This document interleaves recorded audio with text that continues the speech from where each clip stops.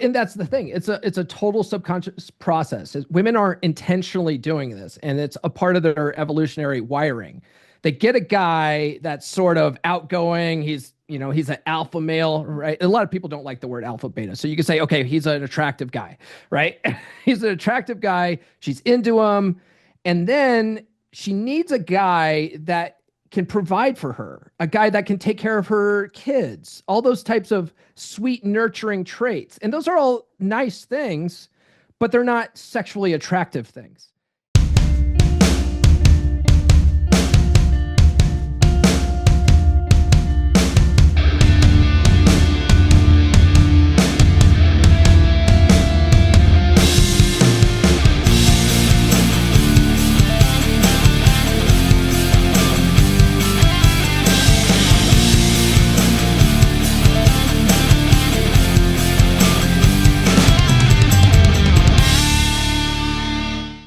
So, Paul, you are a men's relationship expert. Is that what you would consider yourself? Yeah, you could call me that. I on social media, I like to call myself a hypergamy strategist because it sounds different, but yeah, I mean that's basically what I am. I help men get their wives to enthusiastically want to be intimate with them again.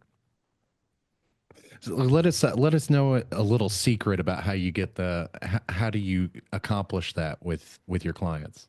Well, I'll answer that, but let me just sort of give people my Batman origin story. So I got into the space in an interesting way. I was one of those guys. I grew up rural Colorado. I was always a little bit of a ladies' man, but I was always the kind of guy that was sniper dating, right? Every girl that was somewhat interested in me, I went all in. And then I was like, oh, I'm going to marry this girl, And so I would always have girlfriends, but I'd have like one at a time. I never casually dated or anything like that. But every girl that I had, every girlfriend I had, I was like, I'm going to marry this girl. Well, I ended up going in the military. I joined the military back in 1998, joined the U.S. Navy, went around the world. And about 2 years in, I met my now ex-wife. And it was the same kind of thing. I went home on leave. I met her at a party and was like, oh, I'm totally Twitter pated. I'm going all in on this girl. And we had this long distance relationship for, man, it was almost 9 months or so. And I convinced her to move out to San Diego with me. I was stationed in San Diego at the time. So she moves out there. We barely knew each other for 2 months face to face. We had this long distance relationship, but in person contact was probably around 2 months worth. And then I married her because I was getting ready to go on a 3 month training deployment and then come back for a month and then be gone for another 6 months. And I was like, I'm a provider, I've got to take care of this girl. I got to make sure she's taken care of. I've moved her away from her family. And now I've got to make sure she's provided for. So I rushed and we eloped. And, but I wanted to make sure she had insurance with the military and all that kind of stuff. We ended up being married for 14 years and we have two beautiful children, but the last half of that marriage was miserable. Absolutely miserable. I just remember like there was a long period of time where we were sleeping in different rooms. I went and pulled a cot out of the garage and was sleeping in my office at the time and just miserable. I just we didn't like being around each other. And anytime we were interacting with each other, it was always fighting. The sex was pretty much non-existent unless it was, my birthday or, special occasion or something, At but least you got it otherwise, then, though.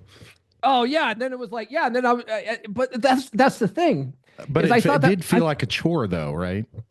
it did. It felt like a chore for her, I think. For me, I Right, was just, right. I was just happy to get a crumb. But man, that's just how I thought life was. My dad and my mom, they're still together, but my parents are miserable. They're absolutely miserable.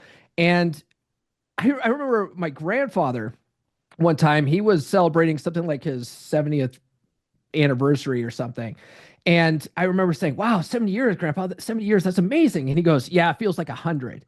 It's like that's almost the paradigm that we're raised in that you get married, Everything's fun at first. You have a couple of kids, then everything goes downhill, and you have to be miserable, and that's life, you know. And it's like that. It doesn't have to be that way. Well, I was the kind of guy that I was never going to leave. I made vows, never going to leave, whatever. And well, back in 2013, she convinced me that we should move back to Colorado. We were living in California. We moved back to Colorado, and she files for divorce. She waited until the turn of the year 2014 because a new alimony law was kicking in and she was going to get more money.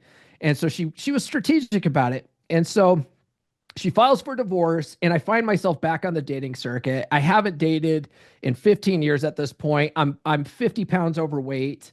You know, I've just completely let myself go because, like a lot of guys, we get married and we're like, I don't have to try anymore. I reached the finish line, and now I'm floundering around the dating circuit for 11 months because just striking out everywhere. And I'm like, I used to be good at this. What is going on, right? Well, I find a girl that's a little bit of a chubby chaser. She, takes pity on me, and I get into a relationship, right? The first girl that's nice with me, sniper mentality, I'm going all in.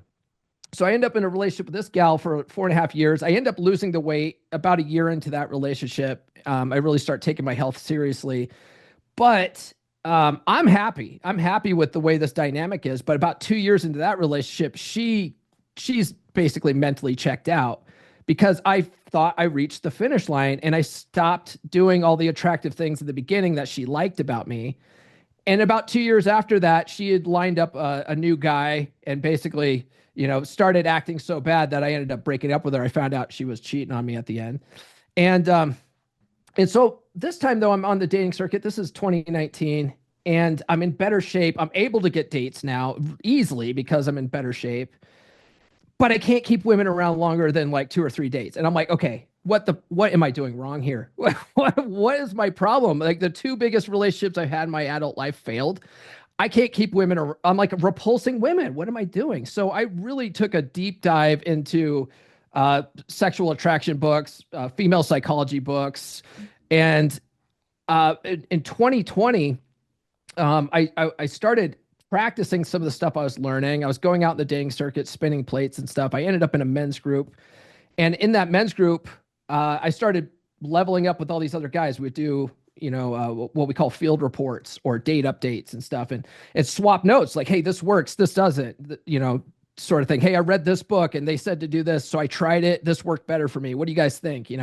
That sort of thing. So guys are behind the scenes swapping notes. And out of that group, I started my podcast. And then out of the podcast, I worked with some of the top minds of the business, and I ended up becoming a certified master life coach and NLP practitioner. I started working with men. So that's how I got to that place. But you asked me, how do we get guys, to get that dynamic turned around? Well, it's a different situation for a lot of different guys, but a vast majority of these guys, they start off as attractive guys. Like their wives are attracted to them for a certain way, right? Usually women are attracted to guys, not necessarily, a lot of guys think it's about money, but it's not necessarily the money that women are attracted to. It's their ability to acquire resources, right? That goes back to evolutionary psychology. So a guy might have certain traits, certain characteristics. He might be bold. He might be outgoing. He might be sort of assertive a little bit. He might be a little bit of a risk taker. Like all those types of traits are traits that guys that can acquire money, can acquire resources typically have. So women are naturally drawn to that, right? Because it's more about being able to have a guy that can protect her and her potential offspring, but also a guy that has status that can, get what he needs. So women are naturally attracted to that. So, but what happens is a lot of guys start off that way. They get into a relationship, and then they go through what's called a betatization process, right? It sounds That's terrible. really what I wanted to hear about when we were messaging back and forth. That word, I've never heard that word before, but it does make a lot of sense. Betatization. Chicks, and I say chicks, I'm married. I've been with the same woman for almost 20 years. Yeah. But I say chicks because when dating us guys, we kind of have that, as Donald Trump would say, locker room talk. Yeah. So chicks at their very basic level, I mean, they're just like us. They're just animals, and they think they know what they want until they get that. and then they get that and they're like, well, this guy's, he's kind of a pussy now. I don't, what's going on. And so I really like that you use that word. I'd never heard that word before, but it's another term for, a better term for, a bitch made man, a lady making her man the way she wants him to be, but subconsciously she really doesn't want him to be that way. Yeah. Yeah. Well, and that's the thing. It's a total subconscious process. Women aren't intentionally doing this, and it's a part of their evolutionary wiring. They get a guy that's sort of outgoing. He's an alpha male, right? A lot of people don't like the word alpha beta. So you can say, okay, he's an attractive guy, right? He's an attractive guy. She's into him. And then she needs a guy that can provide for her, a guy that can take care of her kids, all those types of sweet, nurturing traits. And those are all nice things, but they're not sexually attractive things. And so what women will do, the first part of the process is they'll test them. And we call these frame checks, or I don't know if we can curse on your podcast. Oh yeah, go ahead. Absolutely. Okay. This is one of those. I'm almost a free speech absolutist, so you can say whatever you want. Okay. And if perfect. it's a problem, we'll edit it later. Oh, cool. We can hang out. We can hang out. That's cool. Yeah. So, so we call these shit tests, right? Where women, they're doing it not to be shitty. They're doing it to test to see if you have your shit together. So what a lot of women will do is they'll throw little playful barbs at you, or they'll try to change the plans last minute. They're trying to see if they can get their way with you in some way. And if you let them, well, they lose a little bit of respect for you, right? Over time, that respect completely erodes. They start doing things like, I don't know how you're feeling right now. I want you to be more vulnerable. Why don't you open up to me, right? And we're told with modern society that, oh yeah, no, that's a good thing. You want to be more vulnerable with your partner, right? It's a trap. It's an absolute trap. And the thing is, when women do it, people hate when I say this. It goes completely against the narrative, but it's true. She doesn't really want you to be vulnerable with her. And if you are too emotionally vulnerable, she will lose attraction for you. She'll lose respect for you. And then she'll turn around and use that against you, right? An argument. She'll take something that you said to her in confidence, you trusted her, and she'll now use it against you to beat over your head with as a reason why you're not a real man, right? So they'll do this sort of thing, turn you into this beta plow horse provider. You're not getting sex anymore. So you start doing things like the love languages. Oh, what can I do to get more sex, hon? Well, she's like, well, if you did the dishes more, I think I might feel more sexy. So you're like, okay, fine. I'm going to do some more chore play. I'm going to go mop the floor for you and change the diapers. Can I have sex now like a good boy? Right. But doing all those things continues to erode that attraction, because she's like, God, no, no, that you're doing all this stuff in order to get sex. That disgusts me now, right? So all these guys are like, I don't know, I've tried everything, what can I possibly do? And then they sort of give up. A lot of guys give up, and they either resolve to be miserable, like that was where I ended up in my marriage, or they go out and cheat, or they might file for divorce themselves, but only like 20% of guys will actually do that. Most guys will just stick it out, but 80% of women will get to a place where they're no longer happy in the relationship, and they will absolutely file. That's why women file for 80% of divorces. It's not because, they're these evil creatures. It's because they've totally emasculated their man enough to where they're disgusted by him now. And now they want someone that's, yeah. Society's kind of got us trained to be miserable and live miserably and just live with that, because we said I do. Yeah.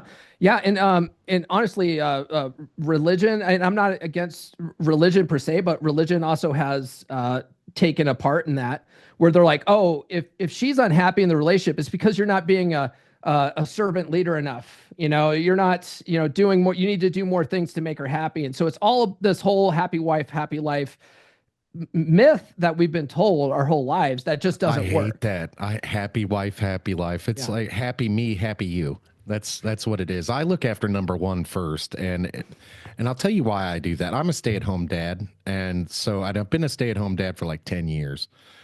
And how that got started was I got fired from a job, and I was on the road all the time. And I told my wife, I was like, I think I want to take a little break.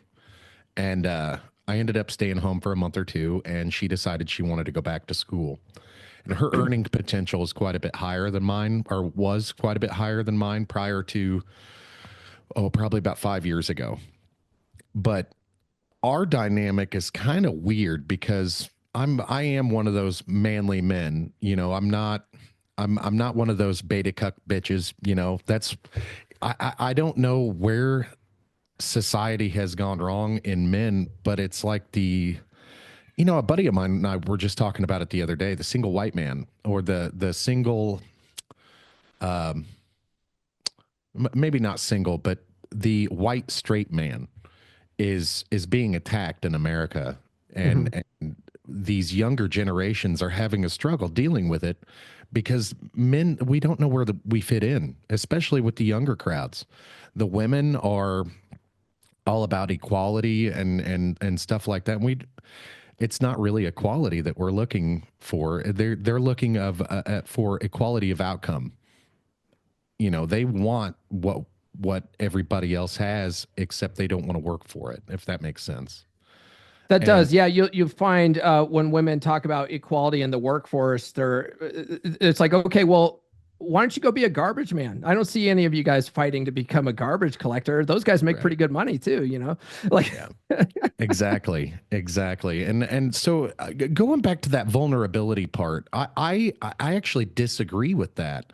I think that there's a fine line between vulnerability and crying or whining. I think you can be vulnerable, and to me, that goes all down to honesty. If you're honest with your partner, that is vulnerable, and you can be 100% honest without being a bitch, mhm. and that's how our dynamic kind of is in my relationship. I'm honest with pretty much everybody about how I'm feeling, what I'm going through. And that doesn't make me less of a person or less of a man. It just makes me easier to tolerate, because I get bitchy and I'm angry sometimes, overwhelmed. And, sometimes I get angry and lash out at the people I love, but I don't it's not because I'm mad. It's because I'm overwhelmed. So it helps me to be able to say, hey, guys, I'm overwhelmed. Just leave me the fuck alone for a little bit and I'll be fine. Mhm. And I'm that way with everybody. It's my kids, my wife. But I am a pretty sensitive guy. I've cried sometimes. I've actually cried on the podcast. So it's not being vulnerable. I think being vulnerable, it's okay to be vulnerable as long as you exhibit those qualities that those manly type qualities. If you know what I'm saying, it's not. I don't think toxic masculinity. I think that's a word that gets thrown around a lot. The Yeah. toxic masculinity, and I think that being too vulnerable is looked at almost as negatively as not being vulnerable. Yeah, so I like to look at it more like there's a difference between intimacy and vulnerability, and the the reason the dynamic sort of ends up being this way, right, is because women don't really care about men's struggles, right? There's a saying, right? Women don't care about men's struggles. They wait at the finish line. They bang the winners, you know. And so what happens is if you're being too vulnerable, and like she might tolerate it for a little bit, but she still is like, man, he can't handle his shit, right? Like they kind of want Dr. Robert Glover, a mentor of mine. He's written some really phenomenal books. No More Mr. Nice Guy, Dating Essentials for Men. He says it like this. He's like, women, they uh they don't want you climbing on their emotional roller coaster. They need to know that someone in the relationship has their feet on the ground. And that's typically the man because women have more estrogen. They are more of controlled by their emotions. And so they sort of expect men to have more emotional control, a little more emotional durability.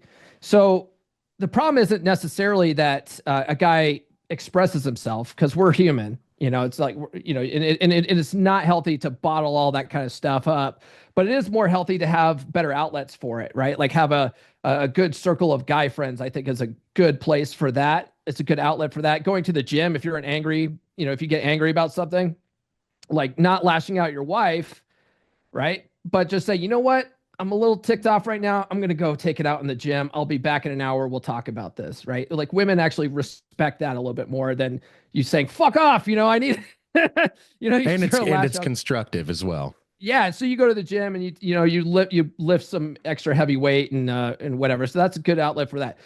But we're also not perfect, right? So sometimes you're going to let stuff slip. And a lot of guys will think, ah, crap, now the relationship's over. It's like, no, it's not. Typically, if you let something, you tell her about your day and how crappy it was, she's going to be fine with it as long as you have a plan, right? It's kind of like you bring a problem to your boss and your boss is like, why are you bringing me problems? Bring me solutions, right? That's kind of how your wife is. She's like, why are you bringing me problems? Like that's your job. You're supposed to be my rock. I'm not the other way around. So if you bring her your problem and you're like, you know what though, I got to figure it out. I'm gonna go talk to Larry tomorrow, and we're gonna work out a game plan for this. It's gonna be fine. She's gonna be okay with it. It's not even gonna be an issue, right? But if you're just constantly crying to her and whining to her, that attraction is gonna erode over time. Man, that's kind of crazy that you say when my family brings me problems, and it's like my entire family, they don't take anybody else their problems. They bring them all to me. But Well, I that's don't a part of having that dominant masculine presence that you probably have, right? They feel I like they don't can even trust you. You're a problem solver. Like, oh, let's go to him. He's got a solution. right. I don't even think about it. It's not even a, let me call Larry and we'll figure it out tomorrow type of thing. I just take care of it. Yeah. And I think that may be why they come to me so often, but I am a fixer. That's what I do. And it took me a Yeah. long time to figure out when I asked her how her day was, she'd unload on me. And she was just trying to tell me how her day was. She Yeah. wasn't wanting me to fix shit for her. Yeah. And here I am. I'm like, well, why don't you try this? Why don't you try that? And she's like, hold on a minute. I'm not trying shit. I just want you to listen. Right. And I'm like, gotcha. So I had to learn that lesson the hard way. But yeah, I am a total fixer, and I don't even maybe that is a trick with some relationships is I don't it's second nature to me. I don't think about it. People bring me problems and I take care of it. Yeah. Well, yeah. And that's that. If you ever read Men Are From Mars, Women Are From Venus, that's like, it's a 2 hour book. That's 99% of it right there. Like you don't even have to read it, right? It's men and women don't want unsolicited advice, but for different reasons. Like men don't want unsolicited advice because we want to feel like we have it, right? Like, don't tell me what to Right. do. I got this. I'm a dude, right? And then women don't want that because they just want you to listen. They don't want the problem solved. It's like there's a video out there where a lady has a nail in her head. Have you seen that? I think so. Yeah, the lady's got a nail in her head. And she's sitting there. She's like, I've just got this excruciating pain in my, and it's so agonizing. And the guy goes, well, there's a clear solution here. And she's like, look, it's not about the solution. Why are you always trying to fix things, right? And he's like, okay, that must be very painful. I can probably understand where you're going from. She's like, thank you. That's all I needed. It's like, it's so counterintuitive for men because we are problems. We're wired to solve problems. That's why we're men. But women don't want that. They just want to emote. And so you sort of have to just let them, and they just want their feelings validated. And as long as you can do that, like everything's kosher, like everything's good. I think I found I do think I found a unicorn of a wife though. She doesn't often unload her feelings on me. Just once or twice a day, I'll ask her how her day was, or in the morning she gets pissed off and she'd be like, "I got so frustrated," and then, but it's not. She is not a very emotional type person. Actually a perfect manager. That's what she does. She's in management. So she's got the perfect temperament for it. We don't have a whole lot of issues. It's just most of our issues are like communication issues. But Mm. I do know a lot of people who have issues with the relationship, and oh man, I just don't know what my wife wants. I don't know how to please her or how to, do this or how to do that. And I had a friend who used to do too much. Mhm. He'd buy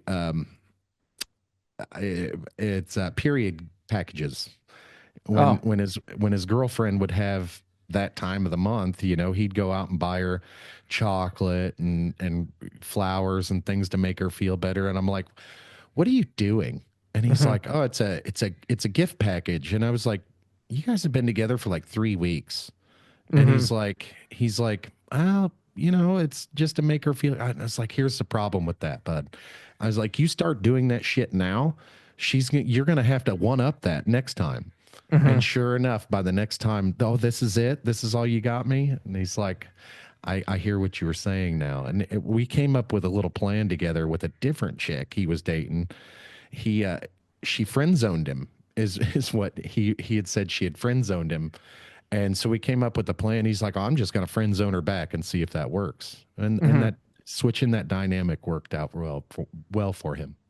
Yeah, that's kind of funny. Yeah, what I tell guys who are out dating is a very similar thing because a lot of guys are trying too hard. They're trying to make a girl like them in the dating stage, and it's like, no, you gotta in the dating stage, you gotta flip that dynamic. You gotta be the buyer. She's got to be the seller. You've got to go into dates low investment. Like a lot of guys are like, I'm going to lavish her with steak dinners and flowers and stuff. It's like, no, she's got to earn that. She's got to earn this stuff. And a lot of women are conditioned to just, oh yeah, a guy wants to, take me out to dinner. Some women, that's how they feed themselves. They just go out with a different guy every night and they have a different guy buying them dinner and they're just happy to use these guys. And guys are like, I don't get it. I spent all this money on her. She should like me. It's like, that's not how women work, man. Like, take a girl out for drinks, see if you like her or not. Do you even like this girl? If you don't like her, it's over after one drink, no problem. And then a woman who scoffs at that is like, "Oh no, most guys need to take me out to dinner." You're just dump her. Like, just get her, just swipe left on that chick. Say, I you know what, this isn't usually gonna know work out. within 5 minutes if I'm going to like somebody or not. Like Yeah, jumping on the phone call with you within the first couple minutes, I knew like I'm going to get along with this guy. yeah, yeah. Like we're gonna hang out. I like you have the alien thing in the background. Like, okay, cool. Like he's probably into the Roswell thing. But Yeah, I I was going to ask you about that. You were stationed out in San Diego. Did you see any UFOs out there? not in San Diego, but we saw one in the Middle East one time. No I, shit. yeah, I was on Westpac. I used to operate radar. I was a operations specialist in the Navy. So one night, late at night, we're off the coast of like Iran, and we see this thing tracking on radar at like it was going so fast and it was so high. It like normally, you see commercial airlines, they're at like, I don't know, 30, 35. 30, 35,000 feet or something like that. This thing was at 100,000 feet and it was doing 500 knots. And we're like, what is that going across the sky? Like we don't have aircraft like that, and the Russians don't have aircraft like that. What is this? So we're Yeah. tracking it, we're talking about it. And of course, one of the officers goes, I don't know, it's probably a weather balloon. We're like, that is no weather balloon, bro. Like, come on. 100,000 But feet in the air, it wouldn't be going near that fast. yeah, and Like this I think they're designed to pop somewhere around 80. I don't know, but I know that yeah, it's not moving 500 knots, and I'm like, this thing's cruising fast across the sky, and so we were all like, oh, that was a UFO. That had to have been a legit UFO. So that's my only UFO experience, but That's awesome. That's awesome. I wanted to ask that because there's a lot of UAP and UFO um, activity out there by San Diego. oh, is there? Oh, okay, yeah, never seen any Catalina out there. Island. Oh, Catalina Island, they see a lot of shit out there apparently, and the Air Force and Navy pilots that are up in the air around that area, they say they see shit all the time, there like was a physically with their eyes. there's a story from God, I don't know how many years ago. Have you ever heard of like if you haven't heard of this, but Google it. It's called the Battle of Los Angeles. Have you ever heard of that? Yes, yes, that was during World War II, and that's the Yeah. one of the wildest things I ever heard. They fired upon this thing for like 3 or 4 hours, Yeah. and a guy. There was one death, one or two. A guy had a heart attack and died, and then I think there was a couple shells that fell on people. But yeah, I have heard about that. I'm a UFO nut, so that's one Oh, of those things that I'm really into, yeah. and um, with talking with on the podcast, it seems like Navy deals with the UFOs and UAPs quite a bit more than everybody else.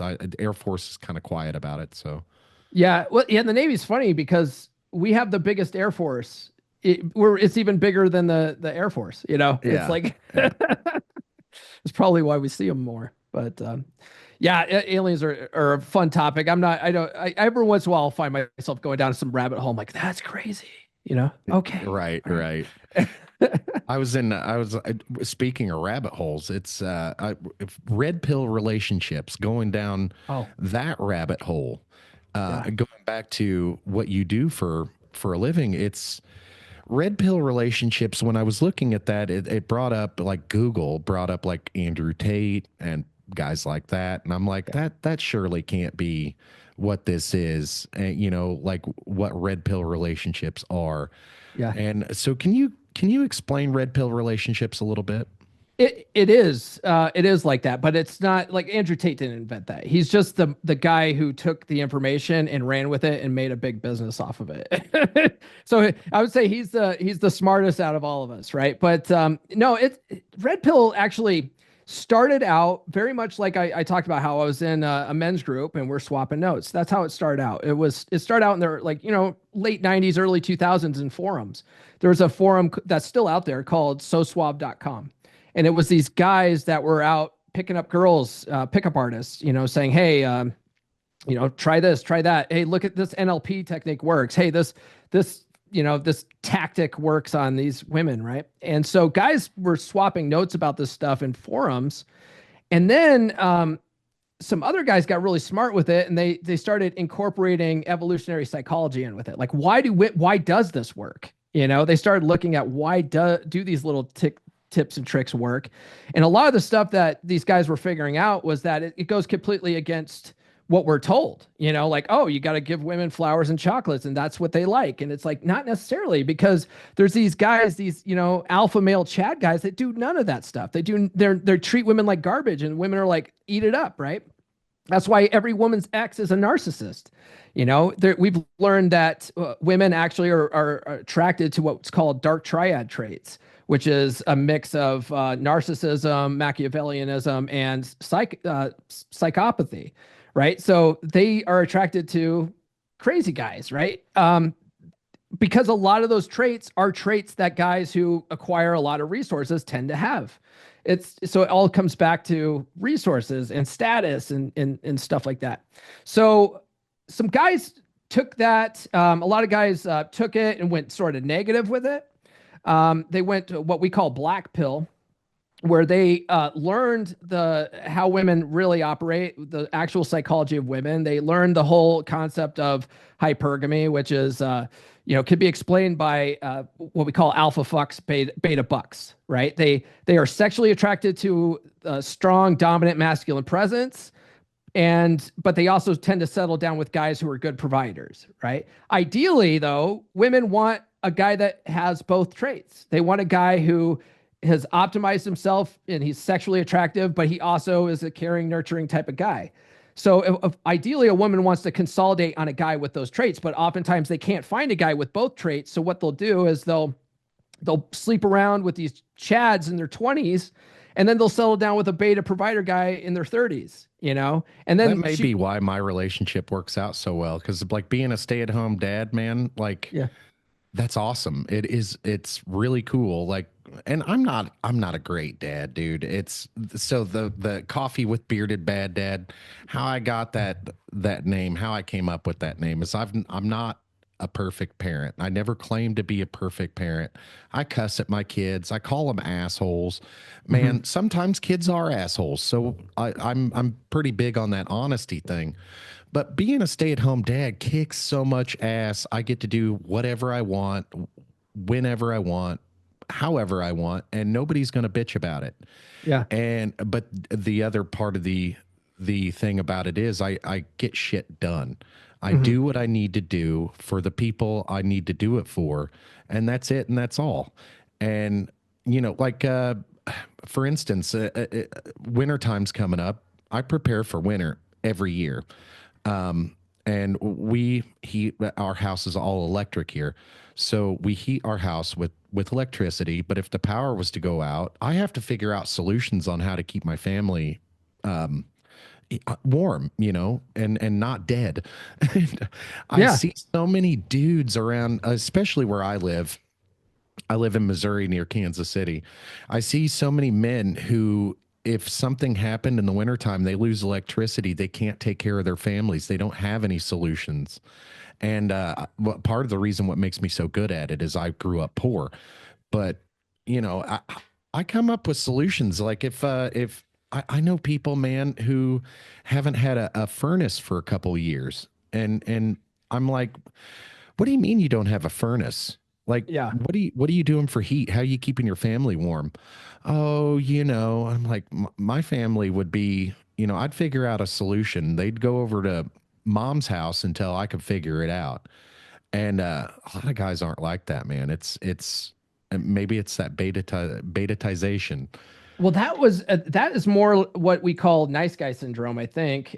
We have a masculinity crisis in this country.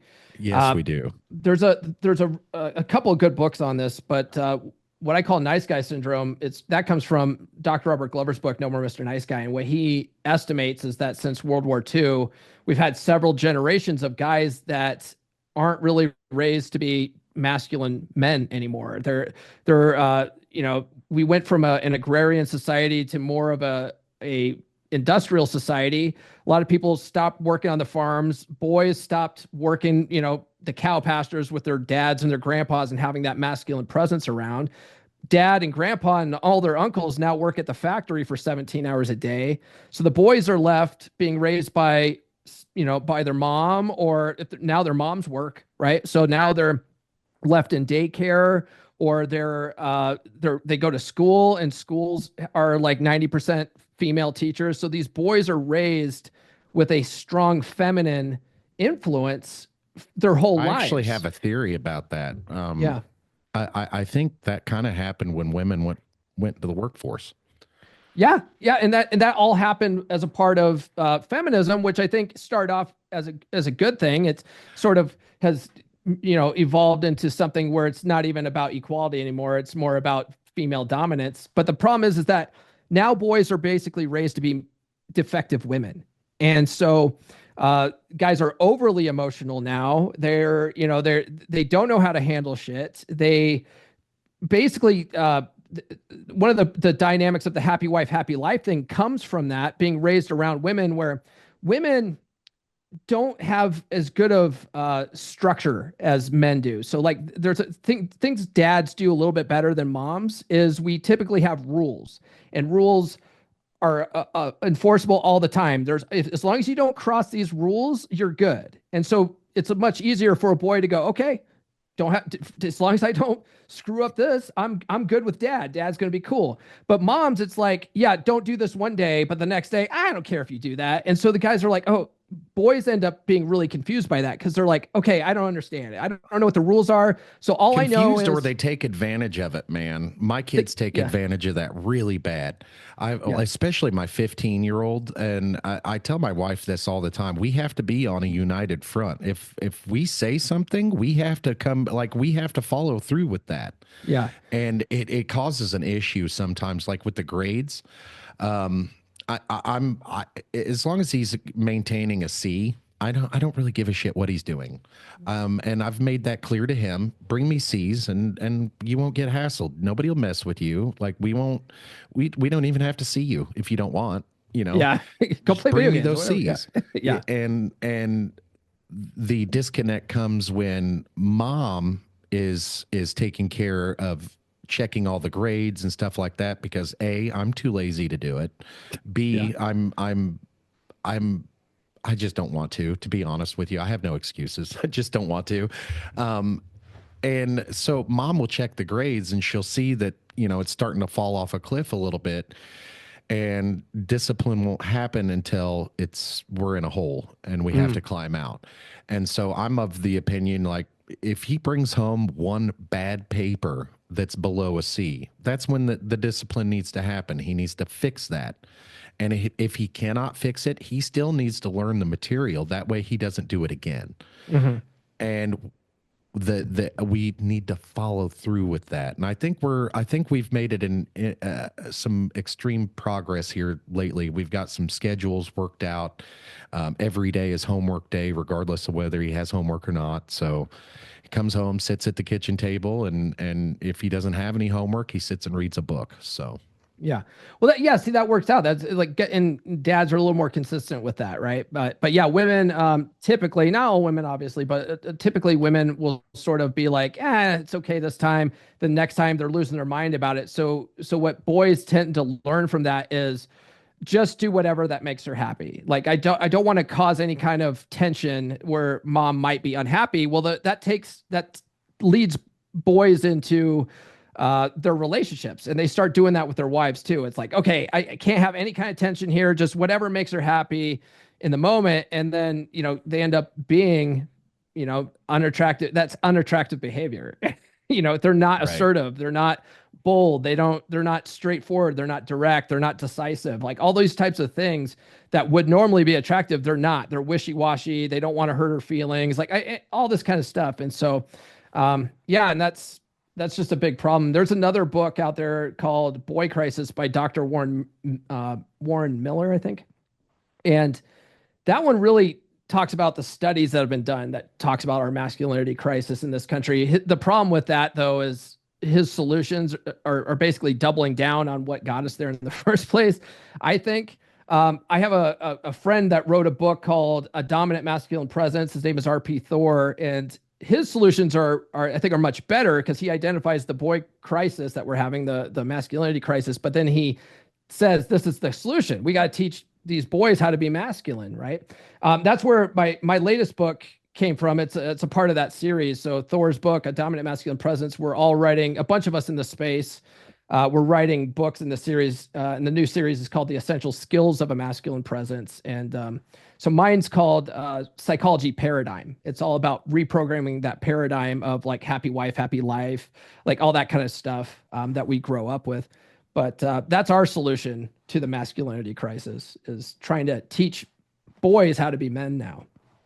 Yeah, but we definitely need more of that. Definitely. I worry about it all the time, whether my boys are going to be good men, later on down the road. And it's scary because, we got world tensions with Russia and China being built up, right now.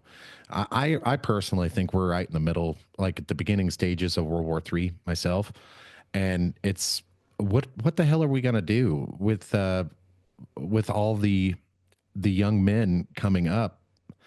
I'd say about half of the male population is a beta men, for lack of a better term. Oh, And the army came out a year or two ago saying that they were having problems recruiting because most boys nowadays that are of serving age are obese. We have yeah, such an obesity epidemic that they can't find guys that can even make the basic requirements to even serve, let alone get guys that even want to serve now. And so that's even a crisis. They're talking about lowering standards. It's like, well, now yeah, now you're lowering standards. Now you're gonna get people killed. Standards are there for a reason. I It's wouldn't want to be in a foxhole with a guy like me. I tell you what, I'm 6 foot 260. I wouldn't want to be next to a guy like me because I'd get me killed. Mhm. Yeah, yeah. It's a very interesting situation. If you look at man, maybe 4 years ago now, I think, there was a recruiting ad for the Marines, and it wasn't all about like serving your country and fighting war and all this kind of stuff. It was all You about, remember those, the few, the proud, the yeah, Marines. That's what yeah, I grew up with. yeah, me too. And it was like, yeah, these guys are elite warriors, Now, like the ads were like, hey, look, my lesbian parents, and we're all inclusive, and this is all, happy go lucky, whatever. And then you go look at the Chinese military put out a recruiting video, and these guys are out there blowing shit up. They're like shooting at stuff. They're like killing people, like all this kind of stuff. And you're like, who's more intimidating right now? It's certainly not the U.S. military with rainbow flags and stuff. It's like, I mean, Man, if that's what you're into, you're into it. That's fine, but it's not doing anything to cause any kind of intimidation in the Right. I world, you know? remember around '01, '02, the recruiting ad I saw on television all the time for the Marines was the Marines fighting a dragon. Yeah. You remember that one? That, Godsmack, I Stand Alone, and yeah. yeah, that was incredible. I remember watching those like they're like miniature movies, man. Yeah, they were good, and like the Navy ads were always good. You know, like you're out there and these guys are like fighting war battles and stuff. You're like, yeah, this is amazing. And it's like the Navy hasn't been in an actual like ship battle since World War II, but but still, it seems really cool.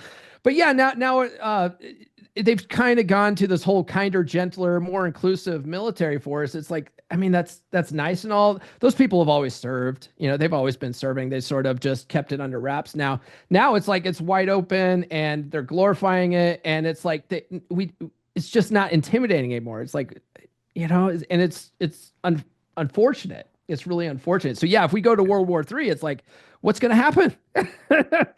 Yeah, it used to be you didn't. We don't have to really fear being invaded, but if we were, man, I don't know if we can handle it. I don't know if our men are up to the task, and half the women are wearing beards just like mine. So uh, we've had a discussion about that in the last couple of weeks on the podcast about trans men and trans women and all that stuff being identity politics and wearing that shit on your sleeve. And it just, I got a buddy that was fired for something he said, and it wasn't even, I mean, I could see how could be construed as hateful speech or whatever, but all honestly, he wasn't threatening anybody. He wasn't screaming at anybody. And that we're just coming, and he worked in, it was a manufacturing plant of all things. It was a manufacturing plant where, it's hot, dirty, Kind of blue sweaty. collar anyway. Like this is what guys Yeah. talk about. Yeah. Yeah. And there were no curse words in what he said, and he got fired for it.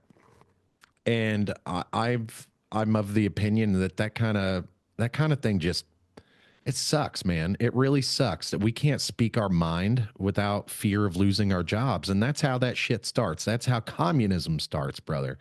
Mm-hmm. And I don't know if this country is strong enough to handle it. And that's why your mission is kind of important to help young people, young men specifically, figure out how to be those, soft type dudes with their women, but at the same time, not lose what makes us men. Mm-hmm. And I just, communication's a big one for me. I think honest communication between people, even between, older male people who are just friends. I think honesty and communication can help out a lot with whatever we're doing, whether it be dating, relationships, or working, or fighting in the military. Honesty can go a long way. If I'm feeling something, if I'm sad, for instance, maybe if I'm a little depressed or I'm off by myself, just withdrawn. Somebody asks me, "Hey, what's wrong?" I don't say nothing. I like, well, I'm a little bummed right now. Such and such happened. I'll be okay. Just give me a little bit. That stuff goes a long way to not bottling it up and not freaking out, and staying strong for the people that need you. And I think that's very important in today's society. So honesty and communication is pretty big for me. Yeah. You know what's the problem with communication though? 'Cause a lot of people say, communication's the key to a healthy relationship. The reason why that tends to break down 99% of the time is because people haven't been taught effective communication strategies. Yes, And yes, that's yeah, that's a pretty big one. Yeah. yeah, because what typically happens in a vast majority of relationships is men think we're communicating, right? So we're talking from a position of rationalizations and logic, and like this is how it is. It's matter of fact. Women speak from a position of emotion a lot, so it's not really what the words that she's saying aren't really what she means. She's saying what she feels. And so then she's also taking what you're saying and analyzing how she feels about what you're saying. And she's not even listening to the words that are coming out of your mouth. So there's this sort of disconnect. We're speaking two different languages. And so what tends to happen is men are getting frustrated because she's not really listening, and she's just going by how you're making her feel. And then she's like, I don't like your tone. So she brings out the tone card, and then you're like, I don't care about my tone. Like, are you not listening to me? Right. So everything just sort of breaks down and everyone gets frustrated. But there is a very effective communication strategy. I learned a colleague of mine in the space, his name is Paul Benjamin, came up with what he calls the Luca model of communication. And so what I tell guys, you asked me early on the podcast, like, what are some of the things that guys can do to start turning this dynamic around their relationship? What guys tend to do, let's say their wife gets really angry at them and starts, nitpicking and bitching and moaning about whatever. What guys tend to do is they do what's called deering, which is they defend themselves, they explain themselves, they excuse their actions, they try to rationalize what they're doing. The problem with does that all. My wife does that all the time, man. Wait, she bitches and moans at you, or she defends herself? She defends herself all the time. Like that deer thing you were saying. Like, yeah. Sometimes like that's where the communication breakdown happens, is because she will start doing that, and it pisses me off immediately. Yeah. And I'm like, I don't give a shit what you were doing. I was here. Yeah. I saw what happened. I was here. I'm aware. You don't have to. I just asked you what time it was, not how to make the clock. Right. Yeah. So the problem is guys do this. And the thing is, the problem with guys doing this is going back to that hypergamy thing I was talking about, right? The alpha fucks, beta bucks thing. The alpha fucks thing, part of that is women need to see the man as better than them in some way. Typically, this is why women like marry guys that make more money than them. Typically, right? You're in a different situation because you're a stay-at-home dad and she works, right? But that can work in this dynamic too, because if you're setting the tone and leading the relationship, and you're like, I'm taking care of everything around the house, like when you get home, you don't have to make a decision. I got it, right? Like, you're the boss, right? That can work in a situation where she's the major money winner, because you're still setting the tone and leading. But that's what it comes down to, is she's got to see you as the sort of leader in the household, right? So she's got to see you that way. But if you're defending, explaining, excusing, whatever, that actually puts you at a one down position from her. And now she's the arbiter of what's right and wrong with the situation. And she's the judge. You've now made her the judge. So that actually kills attraction. And so a better way of doing it is not defending or excusing or explaining yourself in a situation. If she's mad, don't react emotionally.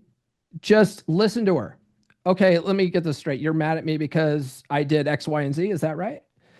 And then she's like, yeah, and that really pissed me off because of blah, blah, blah, blah, blah. And you're like, okay, so you're feeling this way and this way and this way. Like, am I understanding that right? Okay. And so when I do this, it makes you mad. Like, you're just sort of listening to her, validating her feelings. You're not solving the problem. Like we were talking about before, you don't solve the problem, right? And then once you have all the action, she's gotten everything off her chest, she really feels heard and understood. Now, if there is an action to take to solve this problem, that's where you go, okay, well, now that you've said all this makes a lot of sense. What I'm going to do is blah, blah, blah. And this is how we're going to go forward. Or if it's a situation where it doesn't need to be fixed at all, just be like, yeah, I understand where that's coming from. Whatever, just validate her feelings. Everything's fine. Now you've communicated. She's going to feel like you've communicated with her. You're actually, you get to set the tone and lead with how you're going to solve the problem. Or if there's nothing to be solved, like, okay, cool, like everything's cool. But that's a good way of communicating. That's effective. And both people sort of get their needs met, and you don't have to explain yourself. It actually, brilliant. Yeah, it actually works out really well. And women, they don't want to hear your excuses or anything anyway. They just want their feelings validated. Like right. 99, one of my mentors in the space is a guy named Corey Wayne, and he has a book called How to Be a 3% Man. I've read that 25 times, right? It's such a good book. But he says, when she feels heard and understood, that's when the legs open. And so it's like, okay, cool. So that's a good, it's a good framework to lead these interactions. And it's so simple. It's like, oh, I don't have to get into an argument. You never get into arguments with this too. Yeah, man, I tell you what, that is brilliant. That's awesome. My sister, was going through some difficult times here recently, and we were talking, and I was talking to her about that communication. And with her relationship, she was talking with, I forget who it was. I think it was her psychiatrist, as a matter of fact. But the communication aspect, he said, think of it like a gift, and when your husband, her husband, was trying to relay information to you, he didn't wrap that in like a gift. He didn't wrap that communication to where you can open it and receive it. Mm-hmm. And that goes both ways. And that really made sense to me and resonated with me, like, maybe I am saying the right things, just not the right way. I'm saying the things that I need to get conveyed, but not in a way that she can understand them. Mm-hmm. And I think that's pretty important too. And since we've had that conversation, I have sat and thought about these things. And when communication issues come up, I think, well, if she didn't understand what I just said, how can I wrap this in a different way to where she will understand? Mm-hmm. And then we go from there. And so far it's working pretty good. That's good. Yeah, that's great. Yeah, a lot of guys just don't realize how much their tone and body language are picked up by women, because women speak in subtext a lot of times. That's why women hint at things and they don't just come out and say things, right? They're like, well, I can't believe he doesn't know what I want for Christmas. I already, I had laid out 15 catalogs and like left this page open. It's like they don't just tell you what they want, right? They expect you to just get it. That's the magic of women. They just want they want a guy that just gets it. So Yeah. if a guy can actually learn this stuff behind the scenes and learn to get it, he's going to do much better. He's going to do much Right. better. That's a big thing of what I'm teaching my clients and stuff with this stuff, is teaching them how this works, how their wife's thinking, how their wife's perceiving things. I've got a client. I just met with him this morning, and his problem, he's in a situation where communication is not really the problem, because whenever he interacts with his wife now, it's literally just an information exchange. She, they haven't really had sex in probably 5 years now. She's basically completely indifferent with him. She's just, matter of fact, this the kids, this is, whatever. She's at the point where she won't even get undressed around him anymore. If they're in the bedroom, she'll like go behind a curtain. He's not allowed to look anymore. It's really Really? bad. Yeah, it's really bad. And so when we were talking about this morning, and we have each week we get together, and it's I typically put guys through a 12-week program, and usually, but week 2 is the best week, because week 2 is I'm teaching guys how to deal with shit tests, right? And it's funny because after week 2, most guys, they'll come back to me and go, "I'm not in a dead bedroom situation, Joe," and I'm like, exactly, right? But this is a interesting situation, because he's at the point where he's like, she doesn't even shit test me anymore. She doesn't even try to start an argument anymore. It's just information exchange. Otherwise, she ignores me, man. And I'm like, that's even worse. That's worse. If she's not nitpicking you, she's not shit testing you, she's not arguing with you anymore. She's got to a place where she's just completely indifferent to you. That's a really bad fucking place to be, because women being emotional beings, they need emotional stimulation in some way, even if it's negative emotional stimulation. If they're getting mad, they're feeling something. It's good. It's actually good. If they're happy, even better, but they're feeling something. But if they're completely indifferent to you, that's a very bad sign. And so he's just feeling like he's really down. He's just in Yeah. the dumps. I He's like, kind of feel him, man. yeah, it's Like just you telling me that story put me down in the dumps. oh, dude, when he's telling me this, I'm sitting there thinking like, geez, man, like this is bad. So you asked me earlier, like, what are some of the things to do to get things turned around? I told him, I said, look, we need to get her feeling again. We need to get her feeling something, even if it pisses her off. I go, so the next time she comes to you and it's just like, hey, matter of fact about the kids or whatever, in the middle of it, poke her in the stomach. He goes, what? I go, exactly.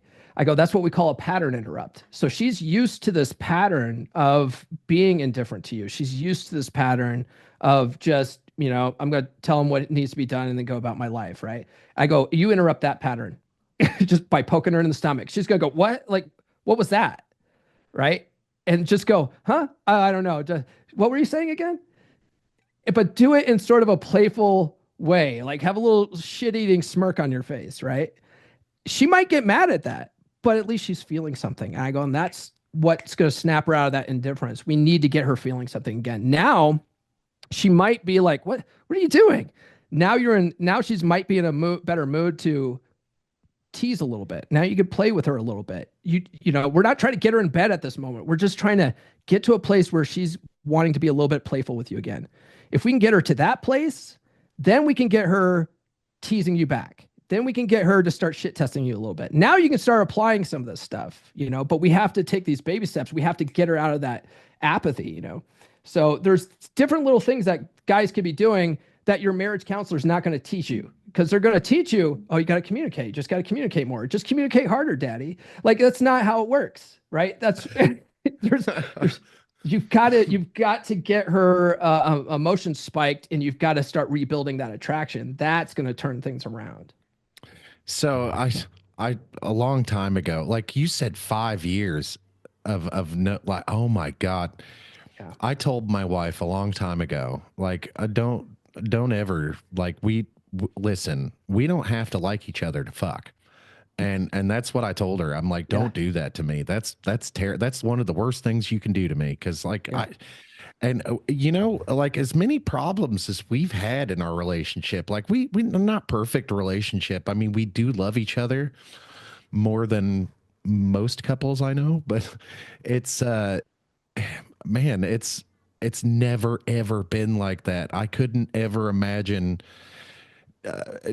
2 weeks is like that's pushing it. And that's like medical issues. You know what I mean? That's pushing it real hard. Like I have difficulty paying attention after that 10th day, and man, I could not even imagine. I've seen episodes of Dateline that start like that, man. Wow. Oh, I couldn't even imagine. Oh, I mean, it's sad. I spend a lot of time hanging out in like dead bedroom forums on Facebook and stuff, just reading. Women are in there too. Like there's women who they want that attraction from their husbands, but their husbands have given up. And it's like that's a completely different dynamic. But and I don't really coach women, so I don't really get into that much. But it's just all around sad, and there's a lot of people like that. And a lot of men, like I said at the beginning, a lot of men will just live with it. They'll just be like, they'll go watch porn or something, and just try to, cope with it, but they won't do anything about it. And I've put out videos where I'm like, there's about 3% of guys that are going to recognize that they're in a situation that's not suiting them, and they're going to do something about it. They're going to want to take some action. Most guys will let that relationship shrivel up and die, and then they'll complain that 80% of women file for divorces. That's where I think red pill gets a bad rap, because a lot of the messaging is for guys that are sort of anti-marriage. There's a lot of guys that talk about, oh, marriage is trash and women file for divorces and men get, all this stuff. And like, there's truth to that. There's a lot of truth to that kind of stuff. I've been through that. But there's a whole, and it's our government's fault, to be honest with you. Right. Yeah. We've incentivized single parents, in this country. We've incentivized bitchy women, and you were talking about feminism a while. Like I started laughing a couple weeks ago, just out of nowhere. I had this thought out of nowhere, and I had to call my wife because she was at work. And I told her, babe, I think feminism is backwards. She said, why? I said, them ladies should be fighting to stay home.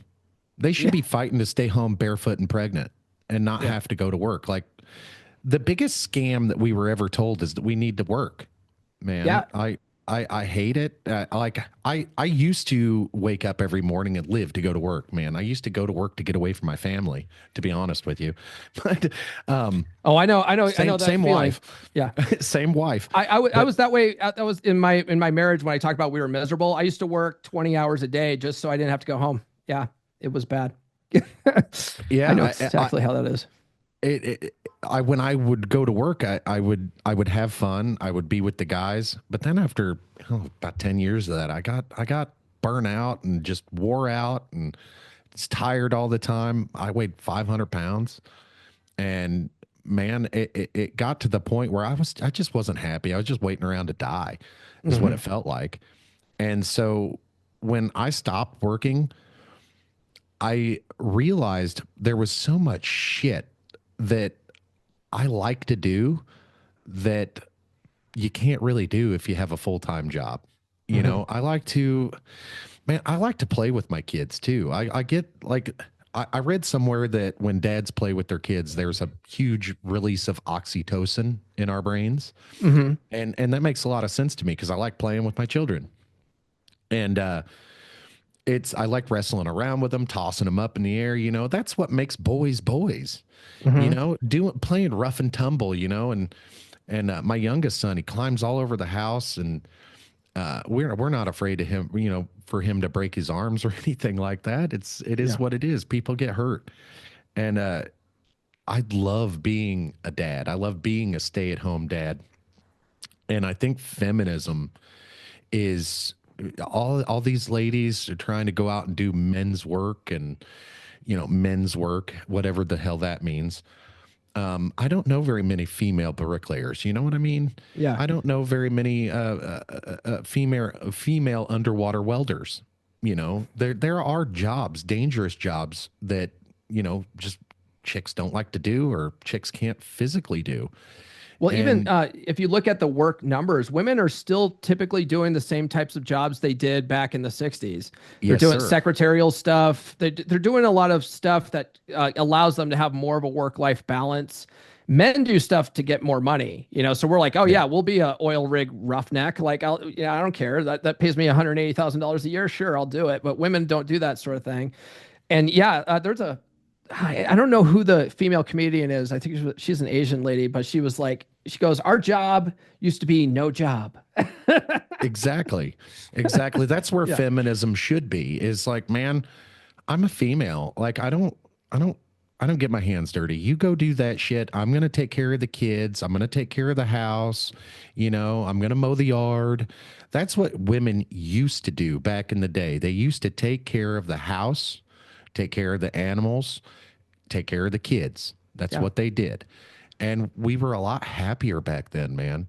A lot Yeah. happy. Society was a lot happier, Well, you know? well, people were naturally, and that's one of the things that I'm getting guys to do is trying to reestablish that polarity in the relationship, the masculine versus the feminine energy in the relationship.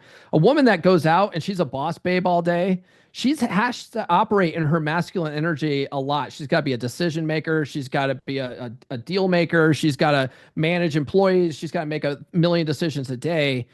And so when she comes home, if she carries that with her, well, that's going to cause people to butt heads because men are, often in their, they're naturally in their masculine more. A lot of guys now, they still have a lot of feminine energy with them, but they're still, primarily masculine. So you're butting heads. You don't have that polarity anymore.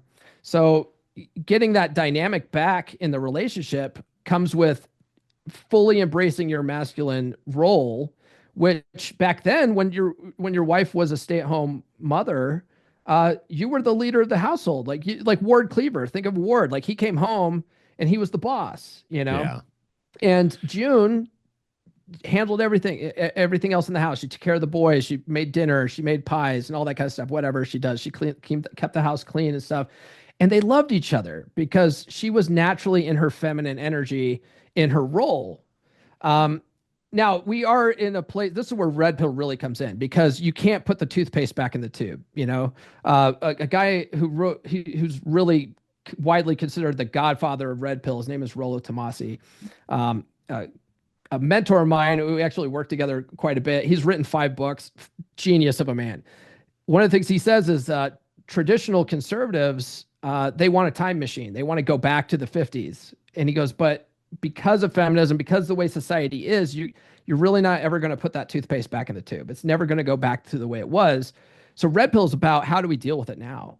You know, so like in your situation, you have a sort of a non-traditional dynamic where you're the stay-at-home dad but how can you still be the, be the masculine polarity in the relationship? Well, you do that with your dominant masculine presence within the confines of the relationship. And then your wife, when she comes home, yeah, she's a manager, right? She manages people, you said. Yeah. She comes home, if you're like, hey, I got it handled, right? I got all this stuff handled. Don't worry about it. You just show up looking pretty, like she can now just relax and be a woman. And now she's going to be like, oh man, he's got everything handled. I don't have to worry about anything. I'm dealing with like 1,000 things a day at work. Like the last thing I want to do is figure out what's for dinner.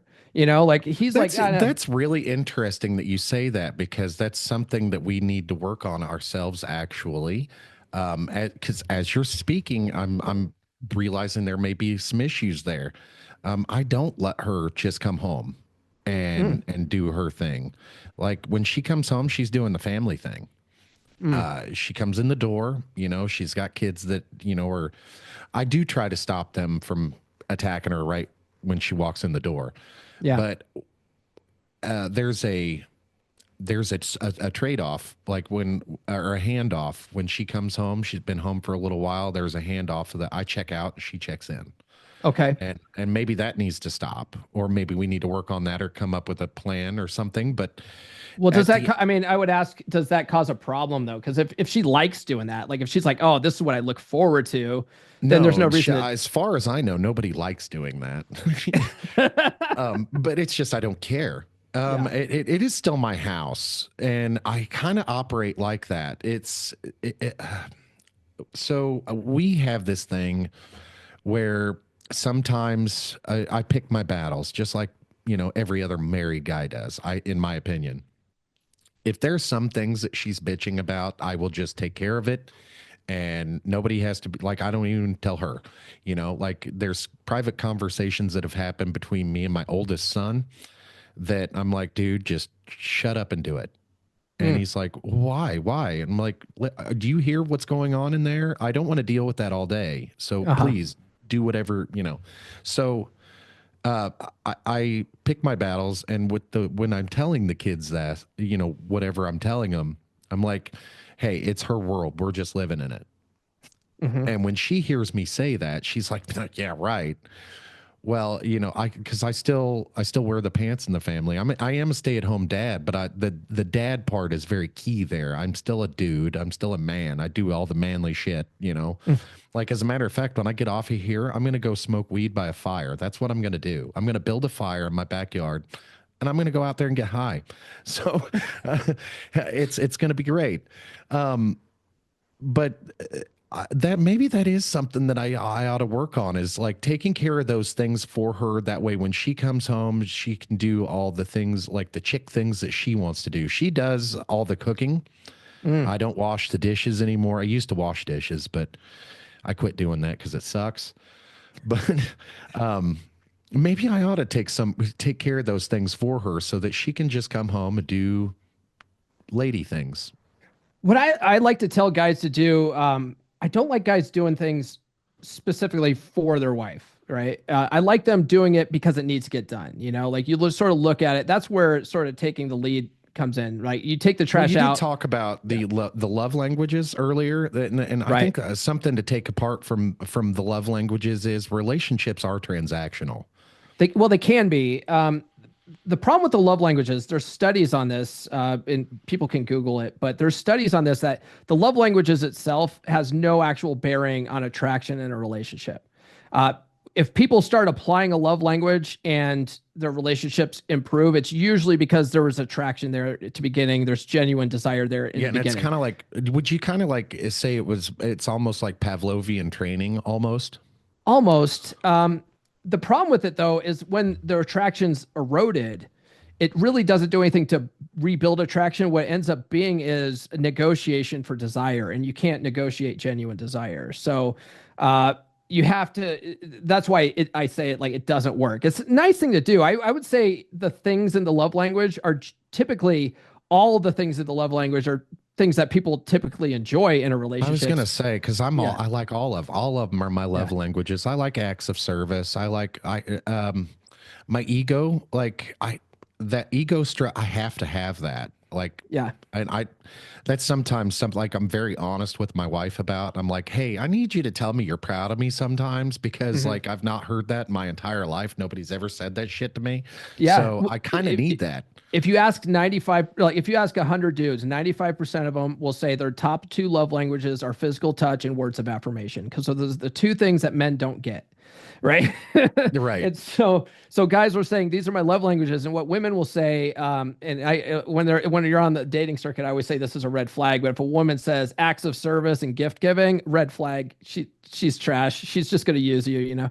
But Right.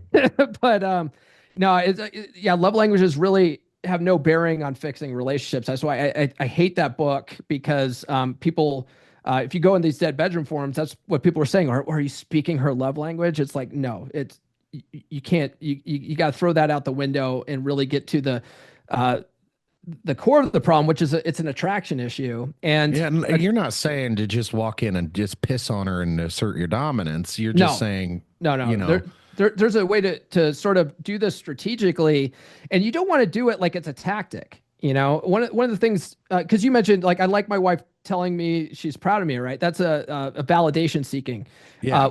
and that typically comes across as unattractive behavior. Like women don't like guys that are looking for validation, and so I have another client.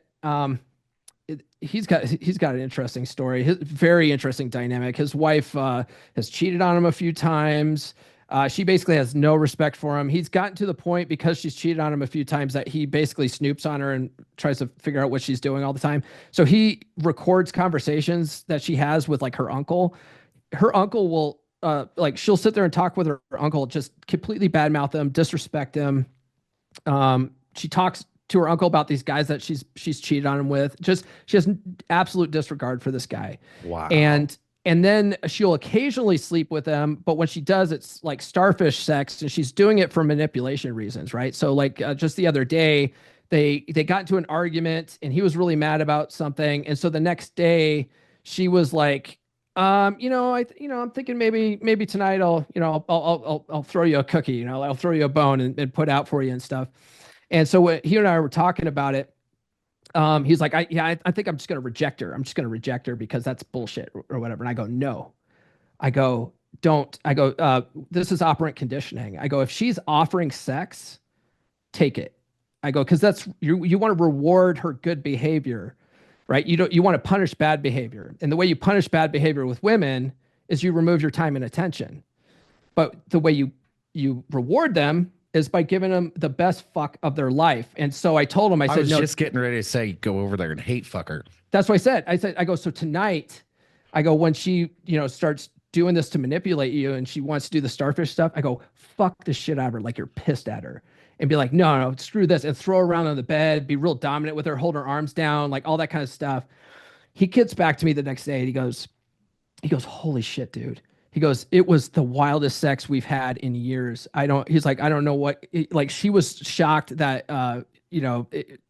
about his dominance and, getting really aggressive with it. And I go, if you want to know why? I go, there's a reason why 50 Shades of Grey didn't sell 100 million copies for no reason. Absolutely. I go, there Absolutely. was a book that was written in the 60s by a lady named Nancy Friday called My Secret Garden. It is the filthiest book you've ever read. Grandma was a dirty birdie. Women are into that physical dominance. And if you do that to her, you're rewarding her with her good behavior of initiating sex. She's going to want to do it more. Yes. Yes. So, yeah. That's one of those things like I think that works. That works a lot. Like me kind of telling my wife, hey, we don't have to like each other to fuck. All right, Mm-hmm. we really don't. It's sex, and then you just walk in there. Like I don't walk in the bedroom thinking I'm gonna make this the best time of her life. Like I have confidence in the bedroom. I don't have any issues there. So it's Yeah. not like I think that might be a big part of the issue too with a lot of these guys is they're just not they need more skills in the bedroom, and that could Yeah. be a part of the problem why women are losing interest so often for these beta-tized guys is Yeah. because they go in there and they are the starfish. Yeah. Oh, I've got a friend who's a former porn star, legend in the business. His name is Eric Everhart. and he and I were chatting about this. Don't think I'm not going to look that up when we get off here. Oh yeah, no, you'll if you've ever watched what we call in the Navy a training video, you've seen him because back when he started, he told me that there was 5 guys in the world that could do what he did. He said that, on camera, on cue, get it hard, be able to come like on cue, 5 guys in the world, and he was one of them. And he goes, now they've got electric penis pumps. Now they're all on Viagra, like all this kind of stuff. So he's like, there's lots of, they're a dime a dozen now. But back then, he was one of the core 5 guys. And he wrote a book that came out years ago called "Unleash Your Sexual Superpowers." And that's how I met him. Is he wrote the book? He sent me a free copy, and he came on my podcast, and then we've been friends ever since. But one of the things that he talks about, he goes, if you fuck a girl right, she'll forget all your bullshit, right? And really? So yeah. Oh, yeah. Women. That's that why. may That's be why. what, man. That may be why my relationship's so awesome. Then I never even thought. I have thought that on occasion. Yeah. Is like, okay, maybe I just fucked her really good. So, dude, All these guys out here are thinking, oh, I've got to make love to them. Women are these. We've got to get this emotional connection. No, women want to be fucked. Like most of the time, they do want an emotional connection, but that emotional connection is raw, visceral. Well, you can do both at the same time. You can make love and have sex at the same time. And as a matter of fact, I prefer it that way. Yeah, but you can. But I mean, if you absolutely make her, start speaking in tongues and her eyes are rolling back in her head, she's never going to forget you. We have this concept in the red pill space called an alpha widow. Right. And usually a woman who's been alpha widowed is a woman who has had a very just mind-blowing sexual experience with a guy that she perceived as a sort of an alpha male type guy. And she's never been able to have that experience with any other guy she's ever been with. So she's always thinking about back to that one experience about the one guy that blew her back out. And it was the most amazing thing ever. And so a lot of guys, go into this red pill space and they hear about that and they go, oh, well, what chance do I have? Like, oh, she's ruined forever. And it's like, no, man, if you learn how to ring her bell, like you can out alpha the previous alpha guy. So stop thinking about why you can't do something. Start thinking about how can I make this happen, And so, yeah, a lot of it's a skill issue. And it's like, yeah, read books like my friend Eric's book. Like his second book, he's still shopping around for a publisher. He sent me an early copy of it. It's called The Tao of Eating Pussy. Fucking phenomenal book. that right there, eating pussy, I think, like, hey, if you can do that and do it really well, you can keep a chick around forever.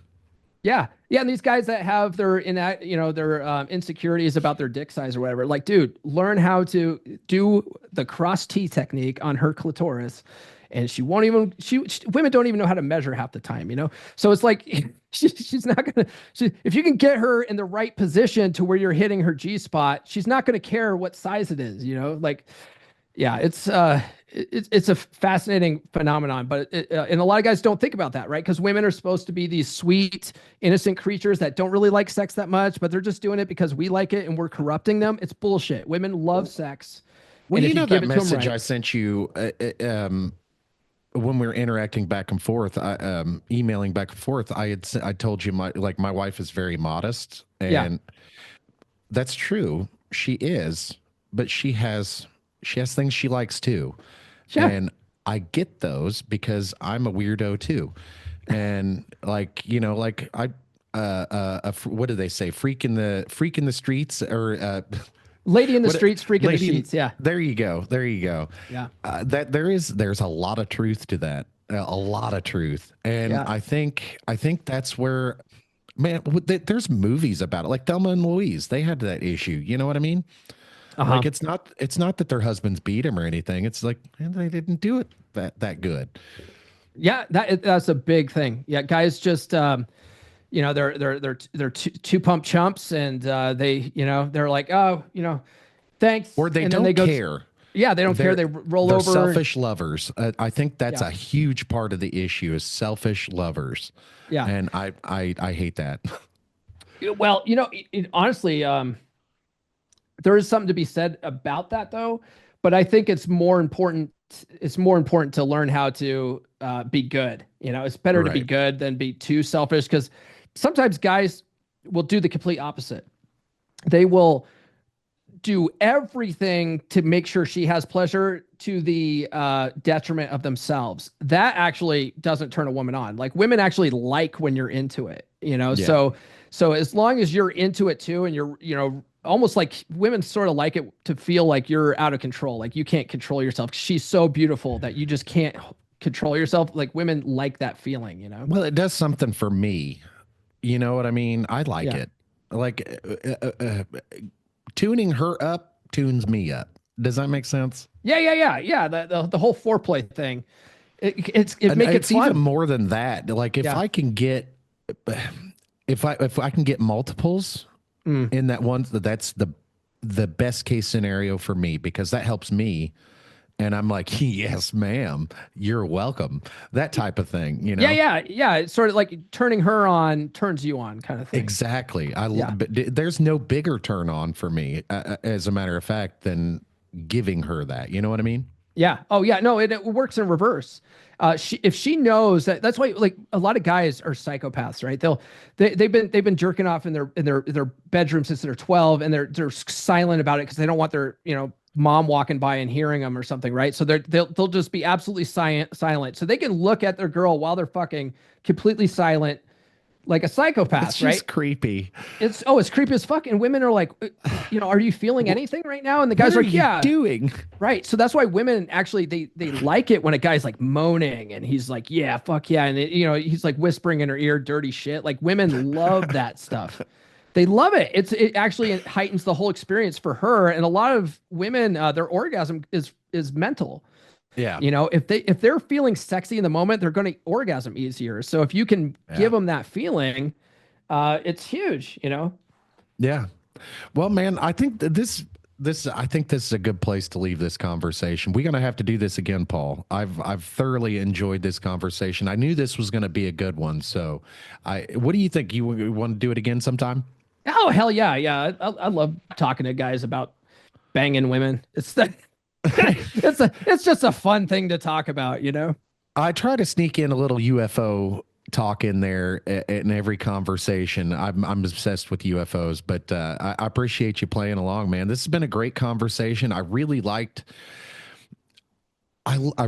everywhere this conversation went. We talked about family. We talked about raising kids. We talked about raising boys. We talked about, the lack of masculinity in this country.